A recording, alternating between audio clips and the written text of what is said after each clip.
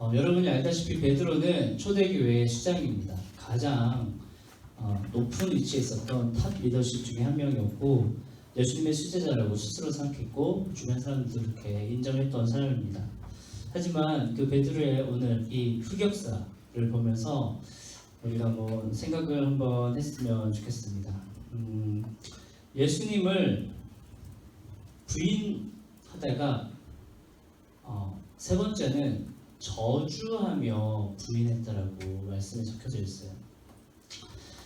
고린도전서 12장 3절 말씀 보면 내가 너에게 알게 하노니 하나님의 영으로 말하는 자는 누구든지 예수를 저주할 자라 하지 않고 또 성령으로 아니하고는 누구든지 예수를 주시라 할 수 없다 라는 말씀에 의거한다면 사도 베드로는 문제가 있었던 거죠.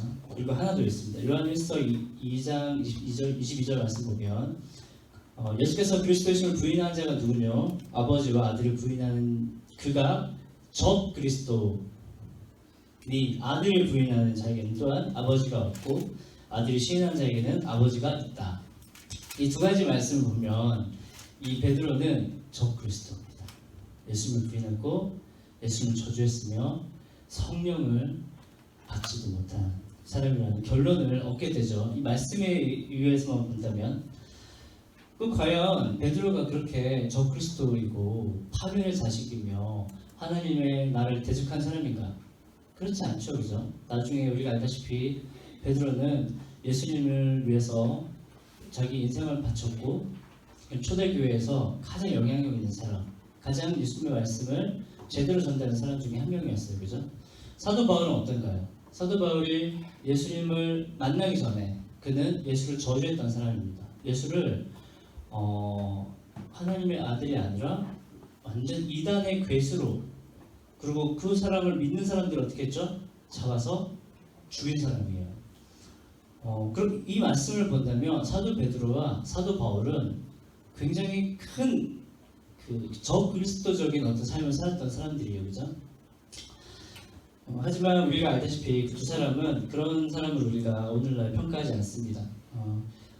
초대교회의 이 두 사람의 영향력이 엄청났었습니다. 사도 베드로는 유대인들에게 리더십을 행사하는 유대인들 그룹에서 가장 큰 수장이었고 사도 바울은 이방인들 그룹에서 가장 큰 리더였어요.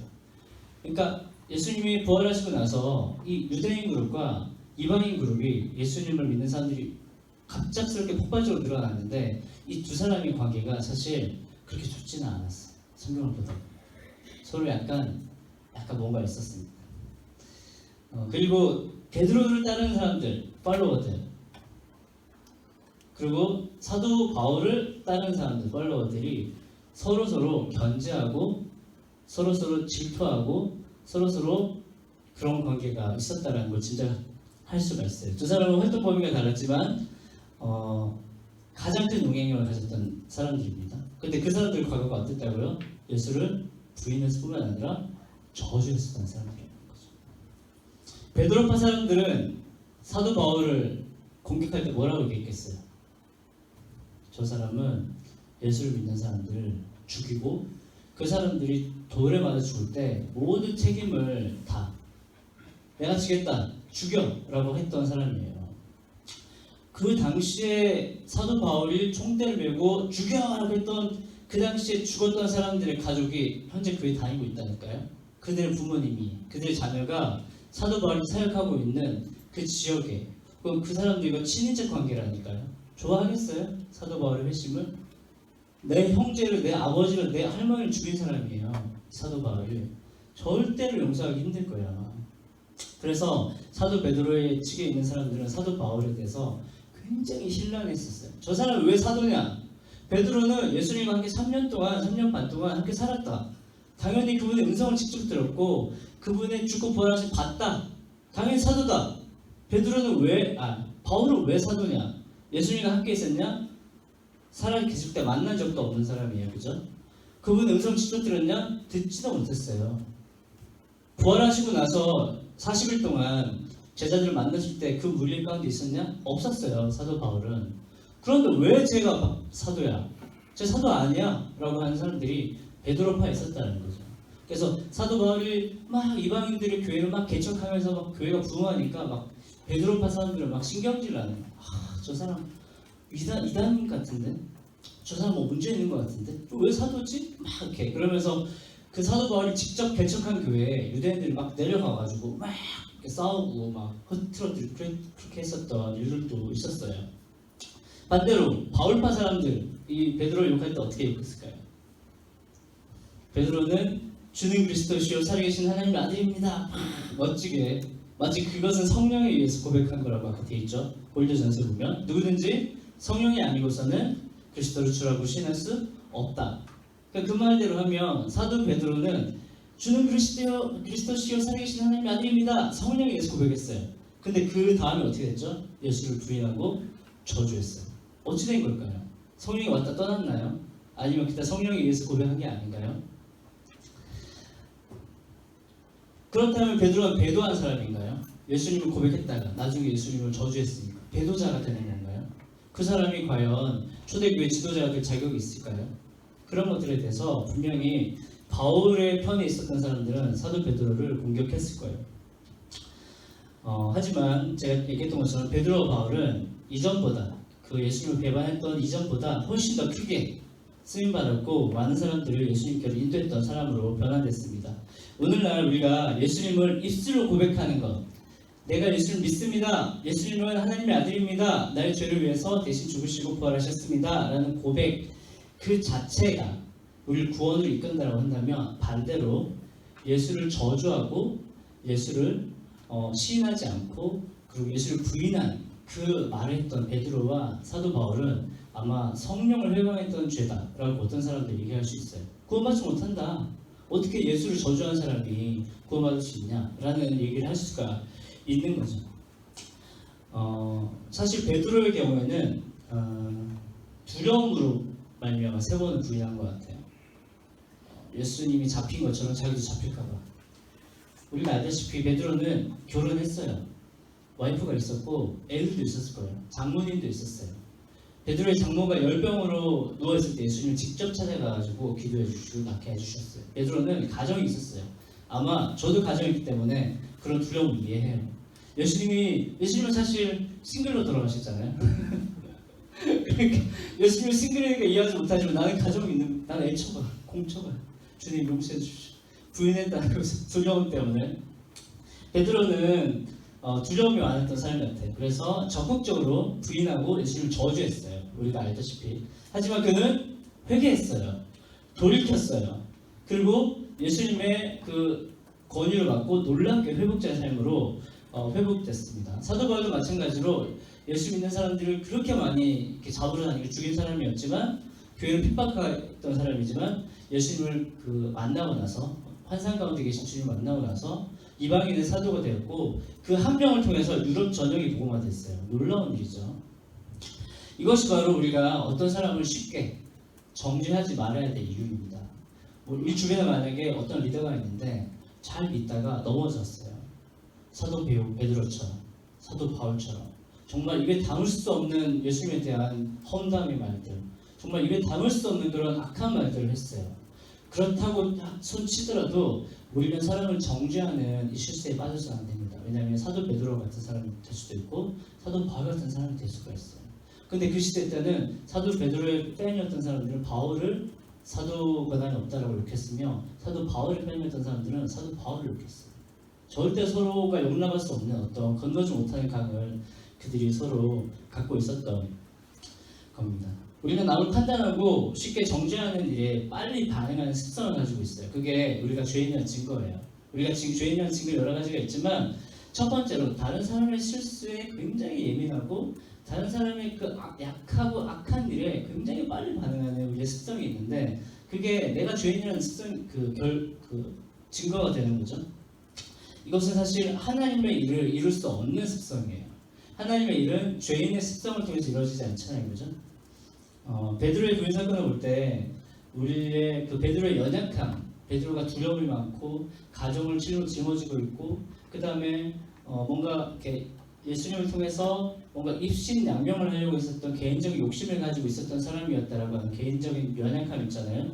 그 연약함을 갖고 있었다라는 그 사실을 예수님이 정확하게 알고 계셨고 그 연약함을 알고 계시면서 그를 리더로 세우시려고 준비를 하셨던 거예요. 3년 반 동안 베드로를 예수님께서 교육하신 거죠. 하지만 베드로의 연약함은 해결되지 않았던 것 같아요. 마지막에 예수님 돌아가시기 전에 그 연약함이 폭발했고 도망갔어요. 예수님을 저주하고 도망갔어요. 우리는 우리가 믿는 이 신앙을 너무 교리화하거나 너무 체계화하려고 하지 말아야 돼요. 종교화하려고 하지 말아야 돼요. 구원받는 믿음, 예수를 고백하면 구원받고 저주하면 지옥 간다. 이런 식의 자기 나름대로의 어떤 공식화하려고 하는 유혹에 빠지면 안 돼요. 그렇게 되면 우리는 사도 베드로 같은 사람을 쉽게 정죄하는 사람이 될 수 있어요. 나는 옳다라고 생각했지만 억지로 그렇게 성경을 잘못 풀어서 사람들이 정죄하는 죄에 빠질 수 있다는 걸 얘기를 하는 거죠.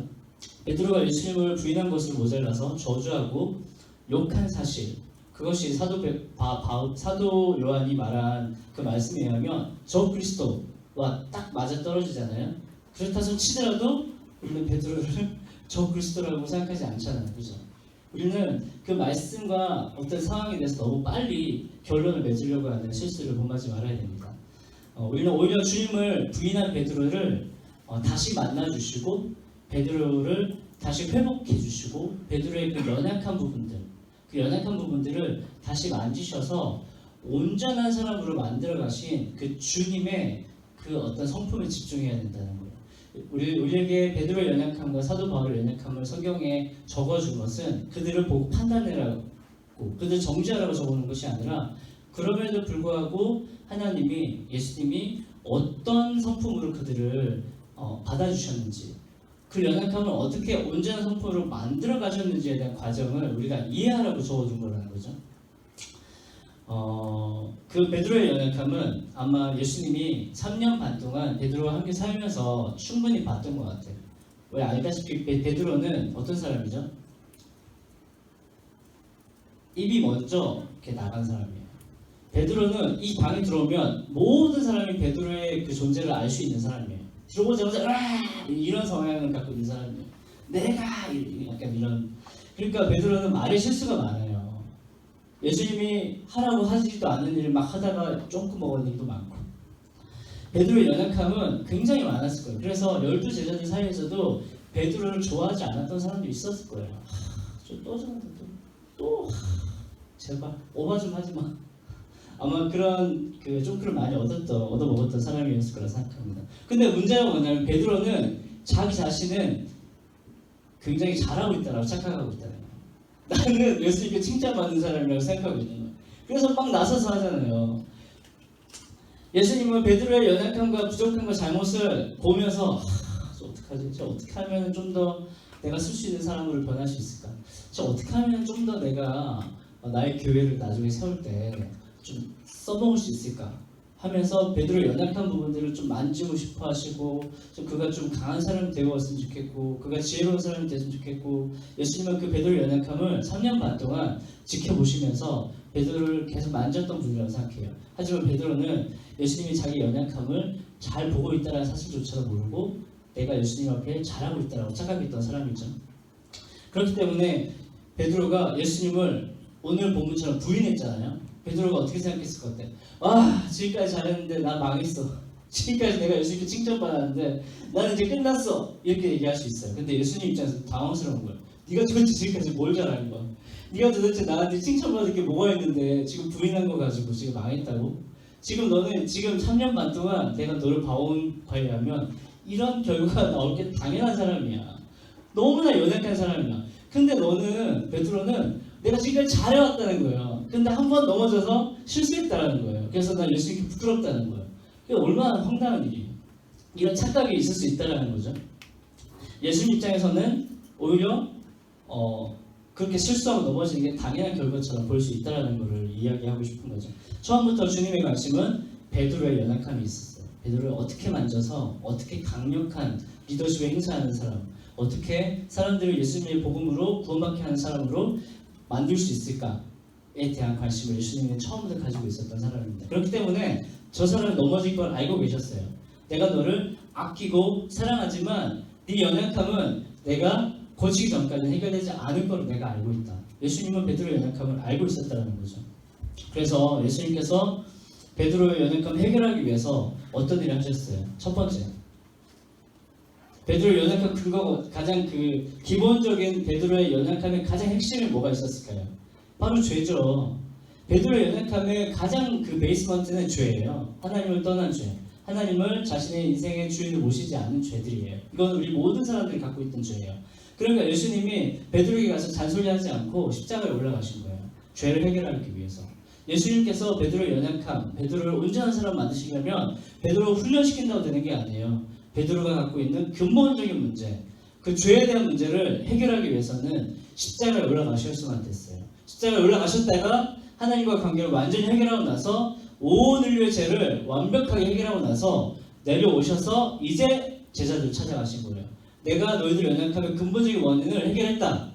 이제 너희들의 연약함 내가 해결할 수 있다 라고 약속하시는 거죠.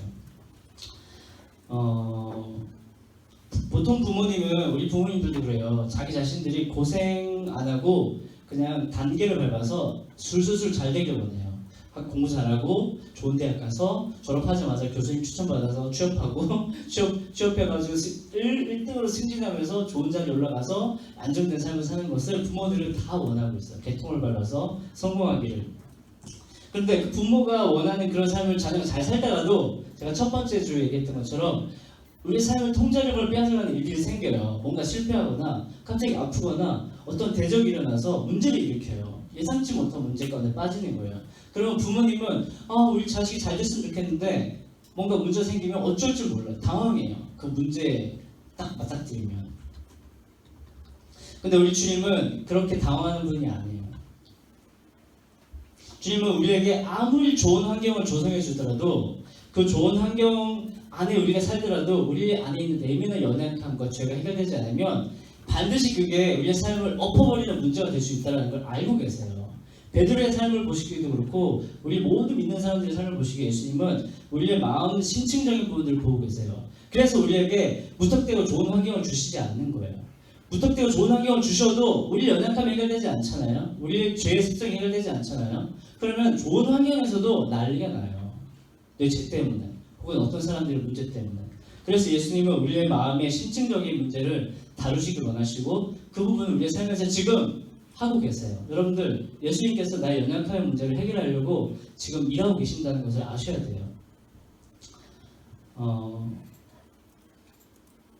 만약에 어떤 재벌이 있다고 합시다. 제가 얼마 전에 뉴스를 봤는데 삼성 사장인가요? 부사장 이재용 부사장이 갑자기 나와가지고 삼성은 제 자녀들에게 물려주지 않겠습니다. 이런 발표를 했어요. 어제 깜짝 놀랐어요. 그거 보고. 교회도 세습하는 이 세상에서 기업을 세습하지 않겠다는 거라 말하는 이 사람은 도대체 어떤 사람인가. 근데 그 말을 지킬지 안 지킬지는 잘 봐야 될 것 같아요. 워낙 거짓말을 많이 하는 게 기업인들이라. 근데 만약에 재벌이 있다고 합시다. 그 재벌이 우리 재벌을, 그러니까 이 기업의 생존을 위해서는 경쟁 회사들과의 엄청난 환경적 거친 환경이 있잖아요. 그러니까 이 기업이 넘어지게 만들려고 하는 경쟁 회사들이 있잖아요. 그럼 경쟁 회사들로부터 이 기업을 튼튼하게 지키려면 내 자녀, 만약에 내가 내 자녀에게 기업 물려주려고 한다면 내 자녀가 그 경쟁사로부터 내 회사를 지켜낼 만한 강한 마음이 있어야 돼요. 리더십이 있어야 돼요. 그죠? 그리고 지혜가 있어야 되고, 틈만 나면 공격하고 거짓말하고 기업을 넘어뜨리려고 하고 그 노하우를 뺏어가려고 하는 정적들로부터 내 자녀가 이 기업을 지킬 만한 그런 성숙함이 있어야 되잖아요. 그죠?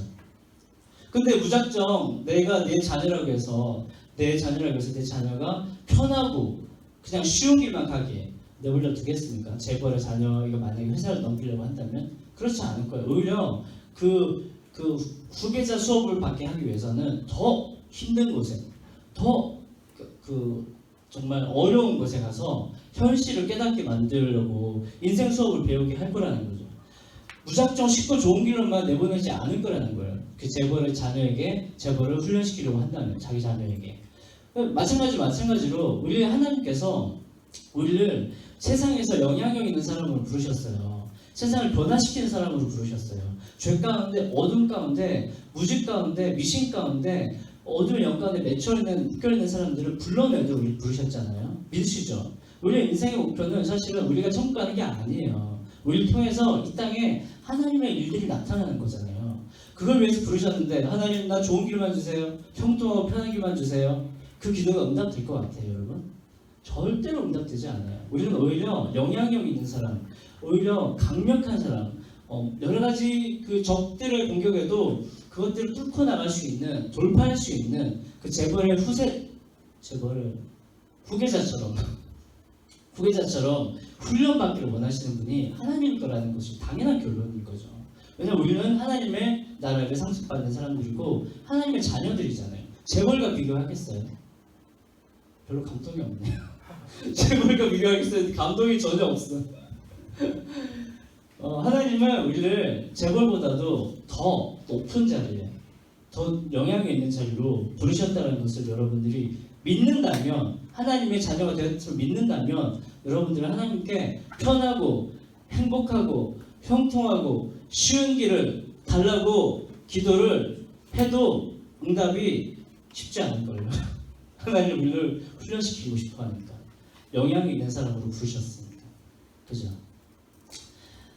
그런 의미에서 우리가 처음으로 들어가면 다른 사람들이 얘기하고 남 얘기하는 습관들, 다른 사람들의 실수에 대해서 막 이렇게 돌아다니면서 말 옮기는 그런 습성들, 그런 습관들, 그런 부분들이 우리에게 문제가 됩니다. 그 부분들은 연약함이 아닙니다.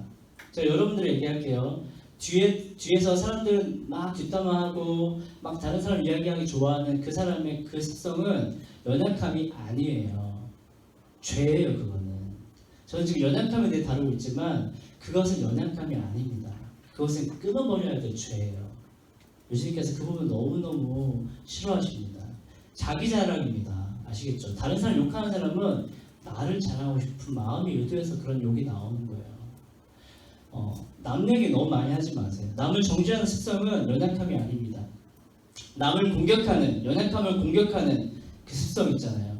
마치 그 야생에서 그 약육 강식의 사회에서 연약한 부분이 보이면 그 부분을 물어뜯는 그 짐승들의 그 습성들 있잖아요. 그게 사실은 되게 사탄적인 성향이에요. 왜냐하면 하나님 나라에서는 연약함이 보이면 연약함을 안아줘야 돼요. 연약함은 내가 대신 짊어지는 거예요. 예수님께서 우리의 가장 큰 연약함을 대신 짊어지셨잖아요. 예수님 죄가 없어요.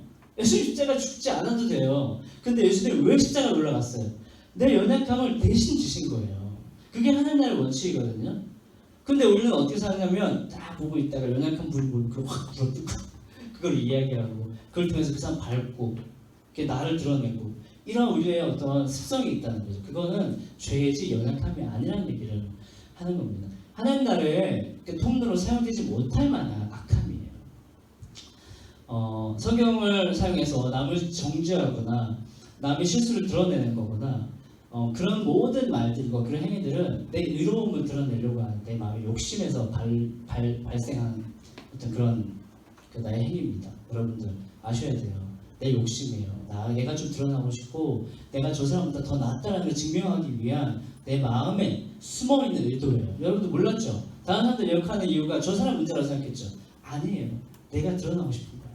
내가 저 사람보다 낫다는 거예요.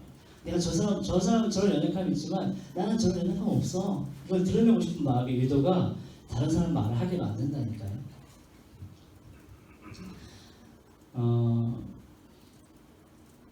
사도 바울이 예수를 만나기 전에 했던 그 악한 일들을 욕했던 초대교회 사람들, 혹은 사도 베드로의 그 넘어졌던 실수들을 계속 뒤에서 사도 베드로의 영적 권위를 공격하기 위해서 욕했던 사람들, 그 당시에도 있었어요. 하지만 그 사람들은 하나님의 나라를 이루는데 도움이 되지 못했던 사람들이에요. 오히려 예수를 저주했던 사람, 예수를 믿는 사람 죽였던 사람 통해서 하나님께서는 일을 행하셨어요. 반전이지 않아요, 그죠? 아마 유대인들 중에서 예수님을 저주한 적도 없고 예수님을 부인한 적도 없는 사람들은 나를 통해서 하나님께서 일하시겠지라고 생각하면서 사도 베드로와 사도 바울을 욕했을 거예요. 하지만 하나님의 역사는 참 신기하게도 예수님을 저주한 사람, 예수님을 믿는 사람을 잡아 죽인 사람을 통해서 하나님 나라가 확장됐어요. 하나님의 일은 우리가 이해할 수 없는 방법으로 진행되는 거예요. 다른 사람들을 욕하고 다른 사람들을 쉽게 정죄하고 다른 사람들을 과거에 지었던 죄를 뒤추어내가지고 이 사람은 과거에 이런 죄를 지었기 때문에 지금도 절대로 저렇게 하면 안 돼! 라고 말하기 좋아하는 사람들은 하나님께서 베드로와 바울을 회복해서 놀랍게 사용하셨다는 것을 인정하지 않는 사람들과 똑같은 거예요. 예수님을 통해서 나타난 하나님의 의를 의지해야 됩니다. 그게 무슨 말인지 아세요? 예수님의 의를 통해서 우리 가운데 나타난 하나님의 의, 하나님의 그 옳음, 그것이 우리의 의가 되어야 되지, 내가 과거에 실수하지 않았다라는 것, 내가 경건한 삶을 잘 살아왔다는 것, 내가 예수님을 그래도 잘 믿어왔다는 것, 그것이 나의 의가 되는 순간 우리는 다른 사람을 정죄하는 사람이 돼요. 여러분도 실수하면 안 돼요. 내가 예수님을 30년 동안 믿었고 40년 동안 믿었고 헌금생활 잘했고 예수님을 부인한 적도 없으며 전도도 열심히 했다는 그것 자체는 예수님께서 기뻐하시고 칭찬할 만한 일이지만, 그것이 나의 의가 되는 순간 우리는 예수 그리스도의 의, 하나님 예수 그리스도를 통해서 나타난 하나님의 완전한 의를 버리는 결과가 되는 거예요. 여러분들 예수님의 의를 내 의로 받아들이셔야 돼요. 그리고 내 안에 있는 어떤 잘한 것들, 그런 것들이 나의 의가 되지 않는지 계속 돌아보시면서 내가 이것을 나의 의로 삼진 않는지 돌아보면서 내가 다른 사람들을 욕하는 근거로서 나의 어떤 선함을 이용하지 말아야 한다는 것을 여러분들에게 말하는 것이, 보통 정죄하는 사람은 성경을 조금 아는 사람이 합니다. 성경 모르는 사람은 정죄를 잘 안 해요. 그냥 모르니까 정죄할 게 없어. 근데 성경 좀 공부하는 사람들은 저 사람이 저래서 틀렸고 쟤는 저래서 틀렸고 쟤는 저래서 틀렸어 라고 얘기하는 거죠. 정죄는 좀 거룩한 삶을 한번 살아본 사람이 하는 거예요. 좀 이렇게 좀 변화도 경험해보고 좀 뭔가 이렇게 노력해보니까 이거야, 뭔가 경험해봤어. 근데 지금 그렇게 살지 않아. 근데 내 옆에 보니까 나보다 더 심각한 사람이 있어. 정죄하는 거. 정죄는 공부 좀 해본 사람이 할 줄 알아요. 공부 안 한 사람한테 공부 그렇게 하면 안 돼, 뭐 이렇게 해야 된단 말이야. 음악 들으면서 누가 공부해. 공부 좀 한 사람들, 공부 좀 못한 사람들한테 정죄하기 쉽죠. 남을 정죄하는 일은 자기 의로움을 은근히 자랑하려고 하는 욕심이다라는 것을 제가 여러분들께 얘기하는 거예요. 우리의 성숙함의 정도는 아마 우리의 입술을 통해서 증거될 것 같아요. 가장 낮은 단계에 있는 사람은 어떤 사람일 것 같아요? 다른 사람의 말과 행동을 계속 말하는 사람이에요. 그 사람의 모든 말들을 쫙 통계시켜보면 그 사람은 주변에 자기를 제외한 모든 사람들이 실수를 말하는 사람이에요. 그 사람의 다른 사람들 말과 행동을 말하는 사람이에요. 가장 낮은 단계에 있는 사람이죠. 그 다음 단계에 있는 사람은 뭐겠어요? 내 말과 내 행동에 대해서 실수를 말할 수 있는 사람이에요. 굉장히 성숙한 사람이에요. 나의 실수와 내 연약한 말들에 대해서 또 내가 또 이렇게 했네, 또 이렇게 했네, 죄송해요. 이거는 굉장히 좀 이렇게 높은 단계에 있는 사람이죠. 근데 그 위에 또 있어요. 뭐냐면 내 마음에 숨어있는 의도와 내 마음에 숨어있는 그 문제들에 대해서 깊이 회개할 수 있는 사람이에요. 말은 안 했어요. 말은 정죄 안 했어요. 근데 내 마음에서 이미 판단과 정죄가 일어났어요. 그리고 이미 저 사람을 판단했어. 넌 끝이야. 이거야. 마음속으로. 근데 우리는 말하지 않았기 때문에 괜찮아라고 생각해요. 우리 마음속에서 일어났던 말들이 있잖아요. 근데 문제가 뭐냐면 하나님은 우리의 마음을 중심으로 보신다는 거예요. 마음속에 있는 생각들, 마음속에서 일어났던 판단들조차도 주님이 놓치시는 법이 없다는 거예요. 그게 죄라는 거예요. 근데 성숙한 사람은 내 마음속에서 일어나는 판단과 죄와 생각들조차도 하나님 앞에 입술로 고백하는 사람이에요. 굉장히 높은 단계에 있는 사람들이죠.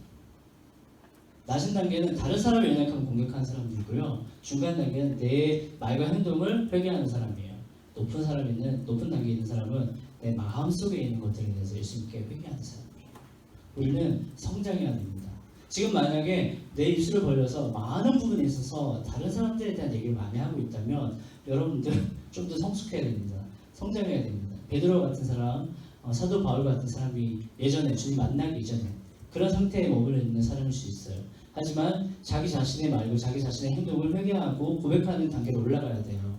그리고 더 올라가서 내 마음속에 숨어있는 내 마음의 의도와 내 마음속에 숨어있는 허물들에 대해서 고백할 수 있는 사람이 돼야지 우리가 온전히 하나님 앞에 이제 훈련을 받을 수 있는 자격이 주어진다는 것을 여러분들 아셔야 됩니다. 마지막으로 제일 높은 단계는 뭐겠어요?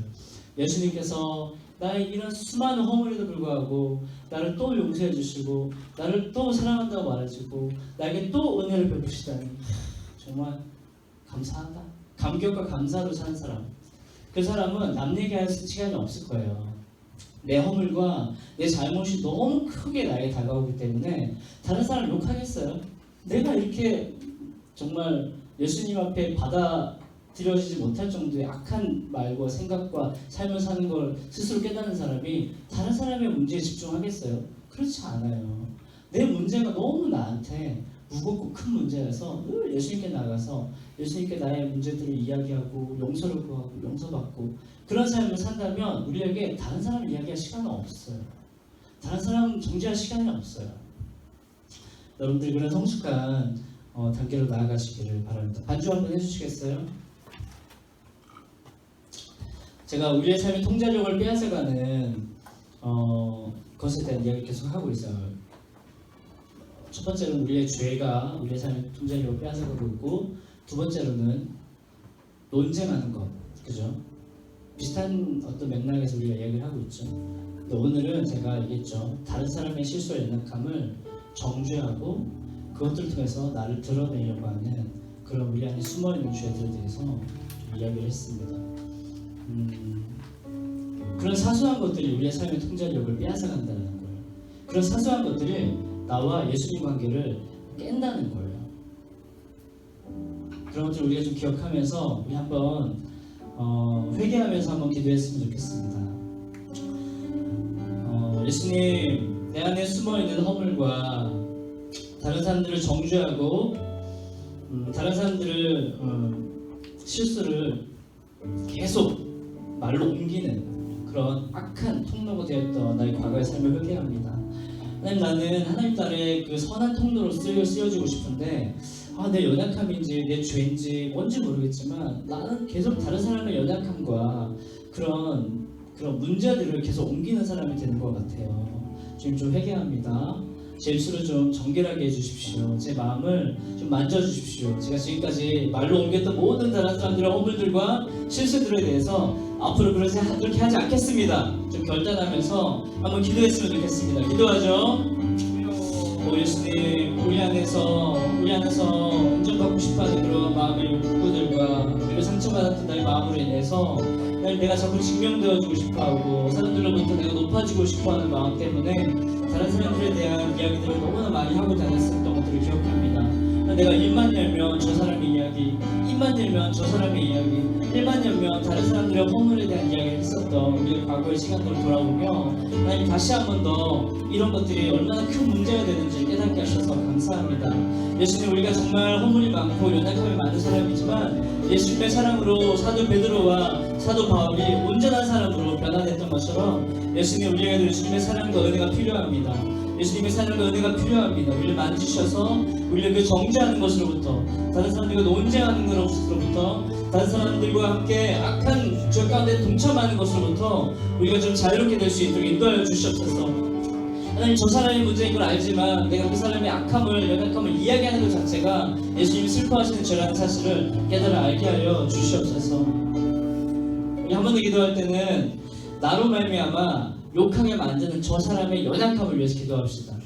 무슨 말인지 아시겠죠? 나로 말미암아 나를 신경을 건드려서 계속 저 사람의 연약함을 말하게 만드는 그 사람의 연약함, 그 사람의 부족함, 그 사람의 악함, 그것에 대해서 좀 우리가 기도했으면 좋겠어요. 하나님, 내가 저 사람을 볼 때마다 좀 화가 나요. 저 사람이 하는 짓 보면 정말 이해가 안 돼요. 그래서 내가 꼭 이거를 얘기해야 될 것 같아요 라고 하는 그런 마음이 생기게 만드는 그 연약한 사람을 위해서 우리 한번 기도합시다. 그 사람이 가정에 있을 수 있고 직장에 있을 수 있어요. 나의 형제일 수 있어요. 학교에 있을 수 있어요. 하지만 우리가 그 사람을 위해서 기도한 적이 없다면 오늘 한번 기도합시다. 하나님, 저 사람의 연약함을 내가 안을 수 있는 마음을 주십시오. 십자가의 마음을 좀 주십시오. 그래서 내가 저 사람의 연약함을 욕하는 사람이 아니라 그 사람의 연약함을 대신 짊어질 수 있는 사람이 되게 해주십시오. 한 번 더 기도하겠습니다. 오 주님 우리 안에서 나를 건들고 나로 말미암아 정죄하게 만들고 나로 말미암아 계속 넘어지게 만드는 하나님 나에게 있어서 연약함을 건드는 저 사람의 연약함을 우리가 기억하고 기도합니다. 하나님 내가 그들을 위해서 한 번도 기도해 본 적 없습니다. 그들을 정죄하긴 했지만 저는 저렇게 하면 안 돼, 쟤는 저러다 망할 거야, 쟤는 저러다 문제가 분명히 생길 거야 라는 말을 했지만 한 번도 주님 앞에 그 사람을 위해서 기도하지 못했었던, 예수님을 닮았던 제자의 삶을 살지 못했던 것들을 회개합니다. 이 시간에 기도하는 것은 하나님 그 사람의 연약함과 문제와 죄를 위해서 기도합니다. 하나님 그를 불쌍히 여겨주시고 예수님을 알게 하시며 그를 변화시켜 주시되, 그가 변하지 않더라도 내가 변화해져서 그 사람의 연약함을 받을 수 있는 강건한 내면을 가진 사람으로 변화시켜 주시옵소서. 주님 은혜를 베풀어 주시옵소서. 은혜를 베풀어 주시옵소서.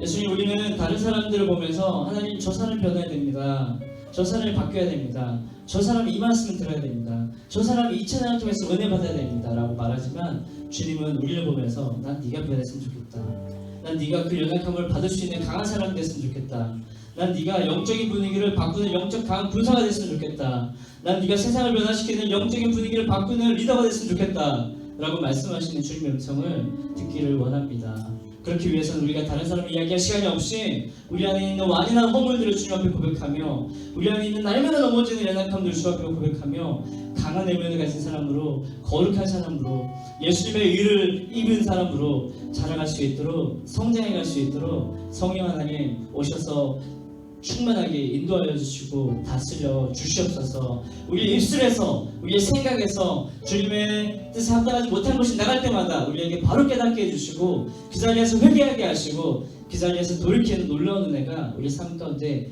있게 하여 주시옵소서.